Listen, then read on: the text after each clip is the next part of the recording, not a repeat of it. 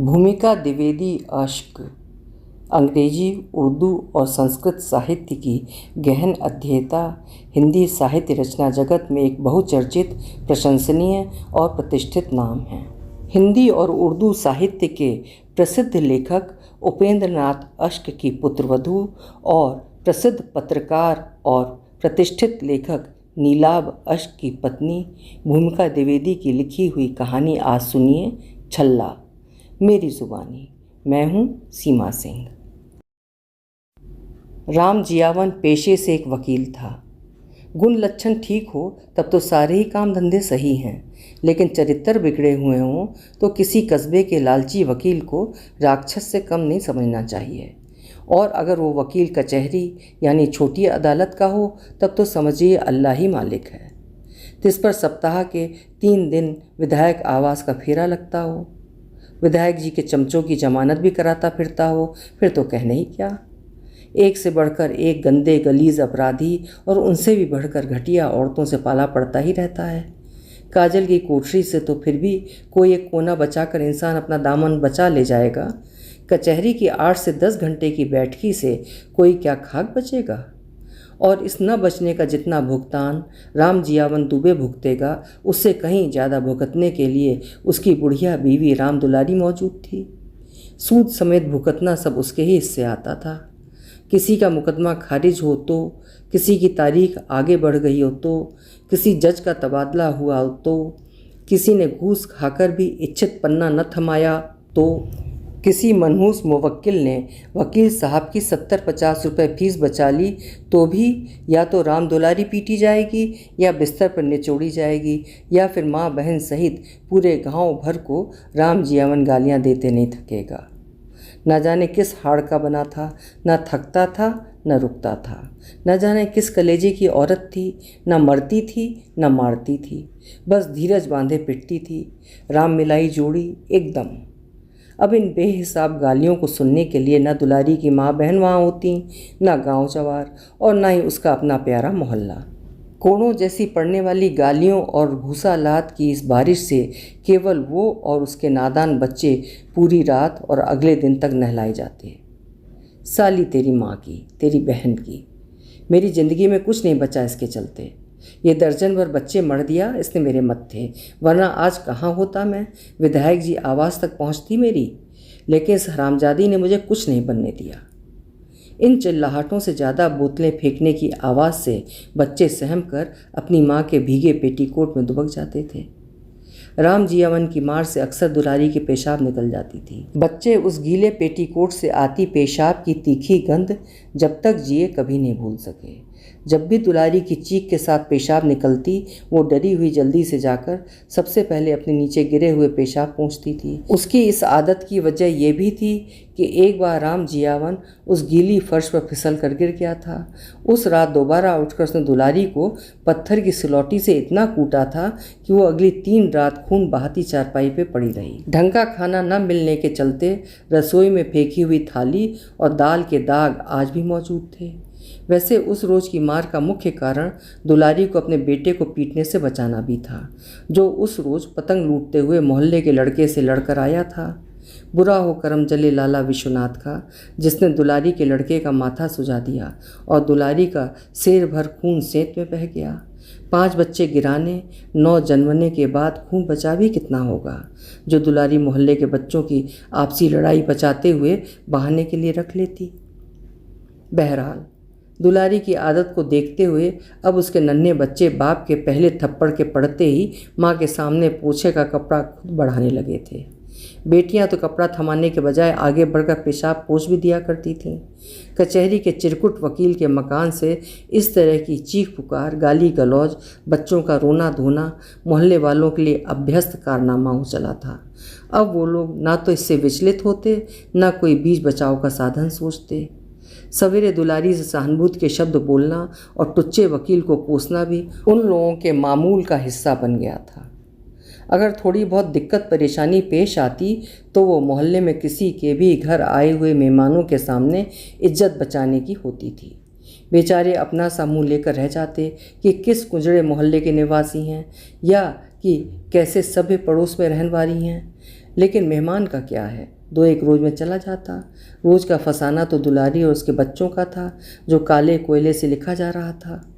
दुलारी के सिवा राम जियावन ने एक दूसरी औरत भी पाल रखी थी, जो उसके बुढ़ापे का फिक्स डिपॉजिट था।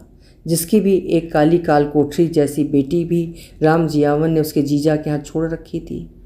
वो दूसरी औरत राम जियावन का बूढ़ा बाप बसेसर नाथ दुबे लाया था। वो भी वकील ही था।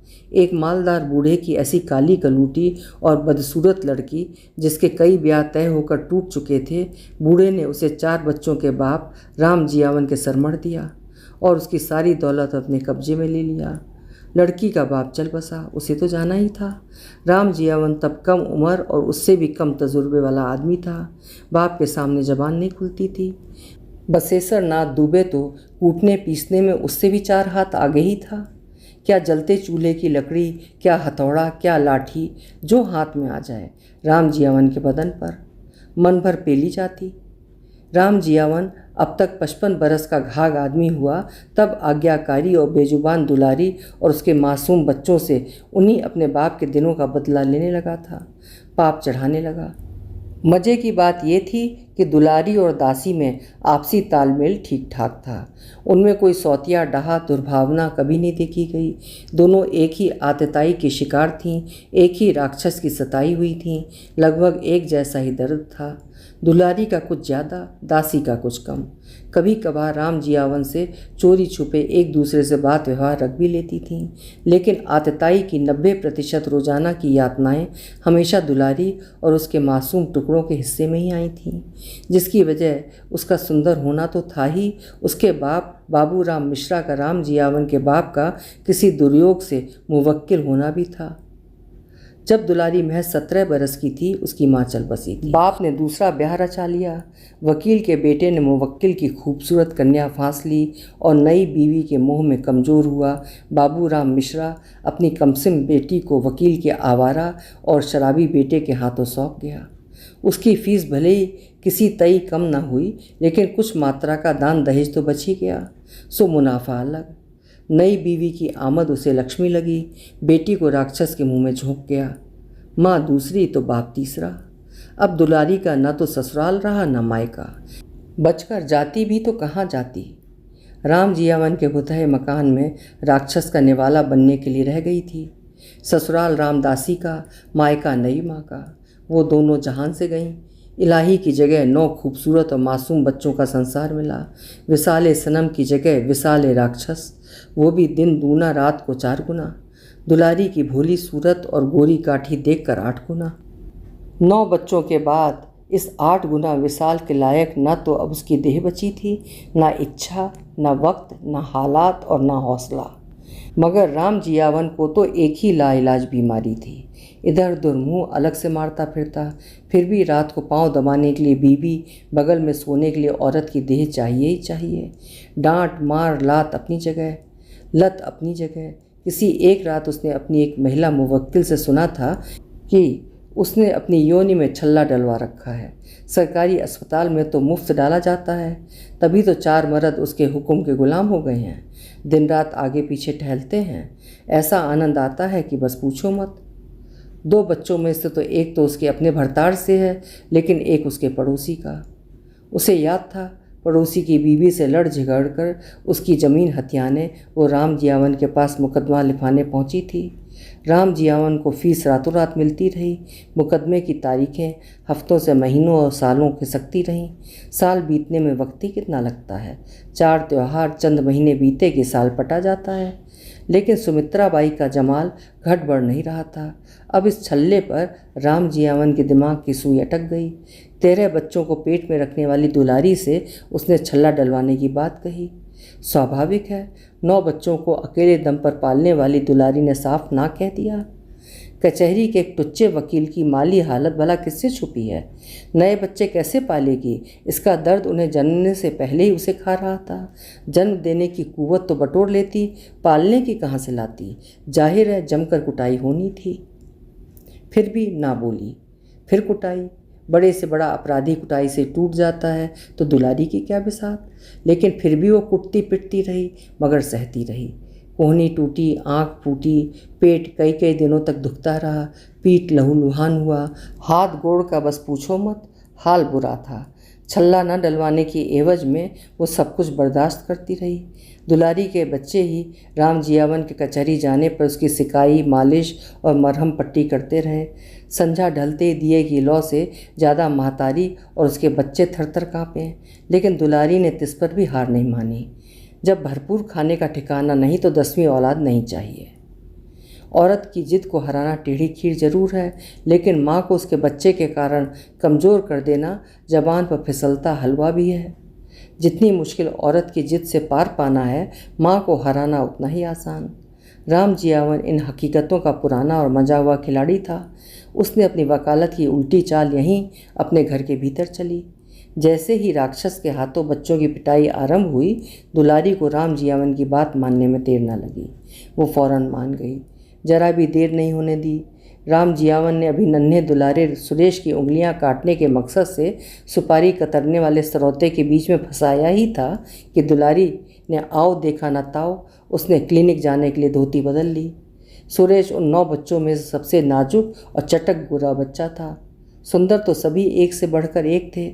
ऊपर वाले ने जैसे खुद से ही प्रतिस्पर्धा कर ली हो कि उसके हाथों से कौन सा ज़्यादा सुंदर बन गया है। लेकिन सुरेश के गाल पर छपी हुई राक्षस बाप की उंगलियां बहुत देर तक सुर्ख निशान बनाए रखती थीं। दुलारी बहुत ही शर्माते सकुचाते डॉक्टर के पास भेजी गई। डॉक्टर ने बच्चों की संख्या, माली हालत और इन सबसे बढ़कर माँ के शरीर की दुर्गति देख छल्ला डालने से साफ इनकार कर दिया।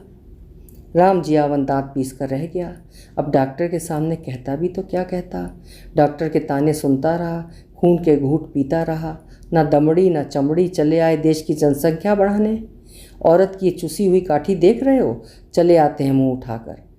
वकील साहब अपने फटे हुए कोट पर ही एक नज़र डाल लेते अस्पताल की ओर चलने से पहले। अरे कोई दूसरे मुल्क में होते तो हवालात में पड़े होते। जाओ इसे कुछ खिलाओ पिलाओ। अभी भी 2 नन्हे बच्चे इसी के दूध पर जिंदा हैं तुम्हारे। ये कुछ ताकत की दवाएं लिख दी हैं, सही भोजन के साथ खिलाना इसे। पहले ढंग का खाना दो इस औरत को, समझे? आदमी बनो आदमी। ऊपर वाले ने इंसान बनाकर भेजा है, अब पूरे ही जानवर मत बन जाओ। नेक्स्ट। राम जियावन अपना सा मुँह लेकर क्लिनिक के स्टूल से उठा और वापसी की राह पकड़ी। बुढ़िया भी अनुसरण करती रही। वकील दुबे अब करे तो क्या करे।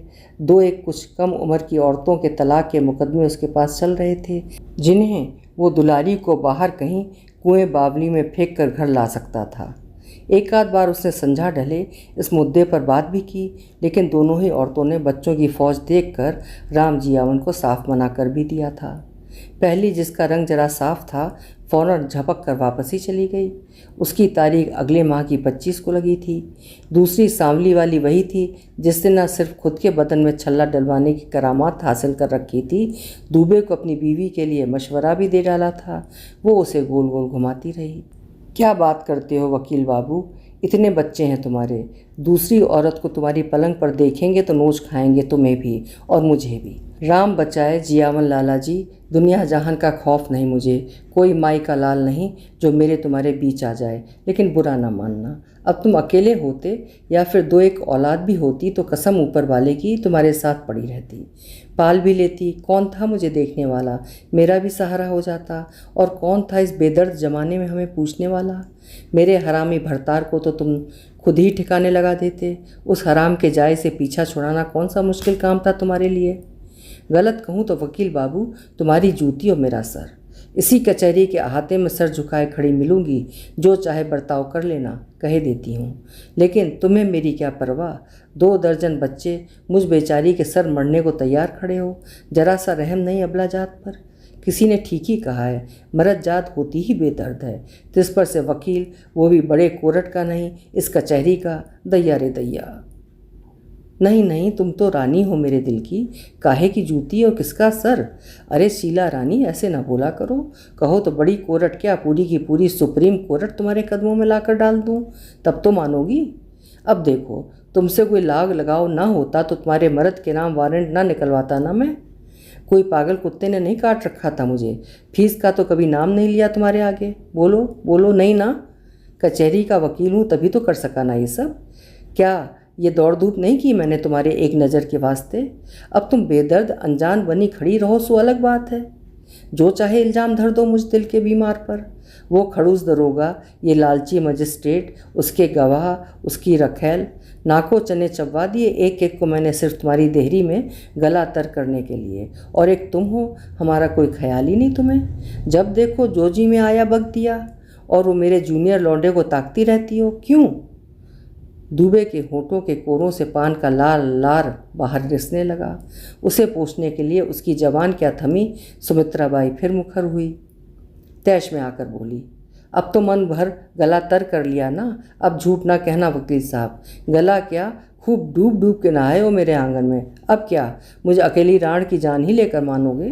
तुम्हारे झुआ भर बच्चे हमसे ना संभलेंगे। उसके लिए तो पंडित जी कोई और ही दरवाज़ा खटखटाओ।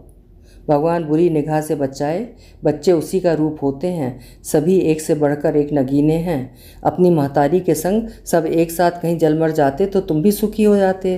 रोज़ रोज़ की लानत मलानत तो ना रहती। हाय, मेरी जवानी भी पार लग जाती। एक बात बताओ दुबे जी, क्या खाकर पैदा किए हो इतने सारे रेलगाड़ी के डिब्बे? एक से बढ़कर एक हीरे के टुकड़े हैं सब। बुढ़िया पर चले गए या हमारे वकील साहब पर? बताओ बताओ, कुछ राज हम पर भी तो खुले, या सब कुछ रात में ही उगलोगे? कहकर सुमित्राबाई बेशर्मी से हंसने लगी। अब तक राम जियावन दुबे ने अपनी मूछों समेत अपने काले खबीस होंठ और अपनी ठुड्डी भी अपने मैले कुचले रुमाल से साफ कर ली थी। मौका पाते ही हाथ नचाकर बोला, अरे रे धीमे बोलो, क्या करती हो सुमित्रा रानी तुम? कोई सुन लेगा, समझ लेगा, जाकर इधर उधर गाएगा, एक की चार बातें बनाएगा। हम भी तुम्हारे, हमारी जबान भी तुम्हारी, मेरी रानी। सच कहूँ तो राम जियावन तो जिंदा ही तुम्हारी सेवा टहल के लिए है। देखा नहीं मनसुख लाल का वकील कैसा दांत पीसता रह गया जब मेंटेनेंस बंधवाई थी तुम्हारी? वरना जान लो तुम सुमित्राबाई, पूरी कचहरी छान कर आ जाओ, कोई साला एक वकील भी मिल जाए जो बिना तनख्वाह वाले भरतार से मेंटेनेंस निकलवा ले, तो जो कहो सो हार जाऊंगा। अरे मैं कहता हूँ नामुमकिन है ये, सरासर नामुमकिन। मनसुख लाल डूब के मर जाता, एक छदाम तुमको देकर न जाता। वो तो राम जियावन दुबे है मेरा नाम। सारे चौबों को छक्के बनाकर अपनी जेब में रखता हूँ। अच्छे अच्छों की अंटी ढीली करना जानता हूँ। 2 कम 40 साल गुजर गए इसी बरगद की छाँव में। कोई कच्ची गोलियाँ नहीं खेली हैं रानी इतने बरस मैंने कचहरी की इस फड़ में। जबान गजभर की, हासिल सवा आना भी नहीं। कितना भी मनाने पर सुमित्राबाई नहीं मानी। राम जियावन हाथ मसलता रह गया था। दिन डूब गया, दिल उससे भी कहीं ज़्यादा डूबा। दुलारी अधकचरे बाल बिखराए बुरी तरह खांस रही थी। रातों में विघ्न न पड़े इसलिए उसकी असह्य पीड़ा के चलते वो दुलारी के दांत भी उखड़वा चुका था। एक इतनी बूढ़ी निर्जीव देह बगल में पड़ी थी। आखिर वो उसे कितनी देर तक कितना नोचता खसोटता। जब बत्ती ही नहीं तो लाख तेल डालो, धौंकनी फूंक कर सीना जलाओ, दिया क्या जल सकेगा? रोशनी क्या खाक मिलेगी? आँच तो मिलने से रही, उसे तो भूल ही जाओ। ढीला बदन किस काम का? एक छल्ला चढ़ा देता तो उस हरामी के पिल्ले सरकारी डॉक्टर का क्या चला जाता? अरे 9 बच्चे हो या 90, पालने तो मुझे ही थे। उससे कोई खैरात मांगने थोड़ी जा रहा था। सीनियर कह देता तो भीगी बिल्ली जैसा स्ट्रेचर पर लिटाता इस बुढ़िया को। अभी अकेला था डिस्पेंसरी में तो बड़ा कानून छाट रहा था। अरे वो क्या जाने, अच्छे अच्छों को नचाकर फेंक देता हूँ। घाट घाट का पानी पीकर बैठा हूँ, कोई मक्खी मारने नहीं जाता मैं कचहरी। राम जियावन दुबे नाम है मेरा। उसने खींचते हुए फिर करवट बदली। हरामे कुत्ते को बुढ़िया पर तरस आ गया। नई नई नर्सों को पेलता है तब तरस नहीं आता, जैसे मैं कुछ जानता ही नहीं साला। हराम का जाया, उसे क्या मालूम, घर की बुढ़िया और टूटी चटाई बस नाम की होती है। काम तो हमेशा दूसरी से ही चलाना पड़ता है। दूसरी से उसे दासी का ख्याल आया। लेटे लेटे करवट बदलते बदलते वो जैसे ही दासी के पास जाने के लिए सोचता, उसकी देह में अभी जान तो बाकी है। एक ही लड़की जनी है उसने, सारी कुबत सारा खून देह में धरा है। क्या काम आएगी वो हाड़ मांस की औरत जो अपने मर्द की नहीं हुई? आखिर देहात की मजबूत काठी ठहरी। ब्याह के वक्त भी मेरी चाची दिखती थी। ये हट्टी कट्टी जांघें, ये बुलंद पिछवाड़ा, ये तंदुरुस्त कंधे, ये मोटी मोटी बाँह। लेकिन अगले क्षण उसकी मैली भयावह सूरत और कोयले जैसी काली देह याद कर उसका जी भिनक जाता था। बहुत देर उलटने पुलटने के बाद वो उठा। दुलारी दवा के असर से गहरी नींद सो चुकी थी। राम जियावन दुबे बिस्तर के नीचे उतरकर खिड़की से बाहर झांकने लगा। आवारा कुत्ते भी अब कई सारे सो चुके थे, दो एक ऊँघ रहे थे, एक आध कचरे के डिब्बे उलट पलट रहे थे। कोई 2-2:30 का वक्त रहा होगा। उसे अचानक ना जाने क्या सूझी। बगल वाले कमरे में गया। बड़ी सी दोहरी पलंग पर 5 सुंदर सलोने बेटे सो रहे थे। चारों लड़कियां बगल के बिस्तर में सिमटी हुई सोई हुई थीं। फैली हुई बरौनियों से उनकी खूबसूरत आंखें ढकी हुई थीं। उसने एक एक कर सारे बच्चों को देखा। फूले हुए गाल, छोटे छोटे चेहरे, घुंघराले बालों से ढका हुआ सबका लगभग एक जैसा पतला माथा, गुलाबी रंगत वाले होंठ, पतली दुबली सलोनी देह, सुडौल नन्हे हाथ पैर, नाजुक महीन उंगलियां, सभी की उम्र में 1.5-2 बरस का ही फासला था। कैलेंडर में चिपके भगवान के बाल रूप जैसे सारे एक जैसे बच्चे। सुमित्रा सही कहती थी, जाने क्या खाकर जन्मे हैं ये खूबसूरत ईश्वर के टुकड़े। एक बारगी दुबे उन्हें अपरिचित सा देखकर ठहर गया, लेकिन फिर उसे सुमित्रा की सांवली देह का ख्याल आया। भरा पूरा शरीर, उम्र 35-40 के दरमियान की थी, पर 28-30 से ज़्यादा की नहीं लगती थी। अकेली आज़ाद औरत, 2-2 अपने मकान, एक ही बेटा जन्मा था, वो भी बाप ले भागा। देह तो पूरी जवान धरी थी, छल्ला भी डलवा चुकी थी। औरत क्या थी, भरी पूरी तिजोरी थी जो आज़ाद घूम रही थी। अब तो सुमित्रा, उसका मकान, उसकी जमा की हुई सारी पूंजी, पूरी की पूरी बस अपनी जागीर ही थी। लेकिन ये हरामखोर बच्चे और इन सबकी वो उल्टा कमीनी सुअरिया माँ, मेरे जी का जंजाल। सुमित्रा की हंसी की आवाज़ों का ध्यान करके राम जियावन अचानक सक्रिय हो उठा। वो इन दोनों कमरों के ठीक पीछे वाली कोठरी में पहुंचा। दरवाजे के पास ही पेट्रोल का बड़ा सा एक ड्रम वहाँ उसे सहेज रखा था, जिसकी वो कभी कभार काला बाजारी भी कर लिया करता था। उसने प्लास्टिक के उस ड्रम को घुटने का सहारा देकर ज़मीन पर लेटा दिया। ढक्कन खोलते ही पेट्रोल तेज गति से बहने लगा। 2-4 कपड़ों के लत्ते समेटकर उसे पेट्रोल में भिगो दिया। पेट्रोल बह बह कर पूरे घर में फैल गया था। बचा हुआ पेट्रोल राम जियावन ने खुद ही ड्रम उलट कर बहा दिया। भीगे लत्तों को सभी सोए हुए नादान प्राणियों के बिस्तर पर रख आया। पेट्रोल की बहती नदी को बस एक टुकड़ा जलती हुई तीली का इंतज़ार था। बहुत देर न लगती घर समेत सोए हुए लोगों को कोयले के टुकड़ों में बदल जाने में और फिर भस्म हो जाने में। और उसी एक तीली को छुआते ही राम जियावन घर से बाहर निकल भागा। पहले दासी के जीजा के पास पहुंचा, कुछ अंतराल तक ठहरा, फिर सुमित्रा बाई के द्वारे। मोहल्ले वाले तमाम बातें करते रहे, लेकिन दुबे वकील ने कभी पलट कर नहीं देखा।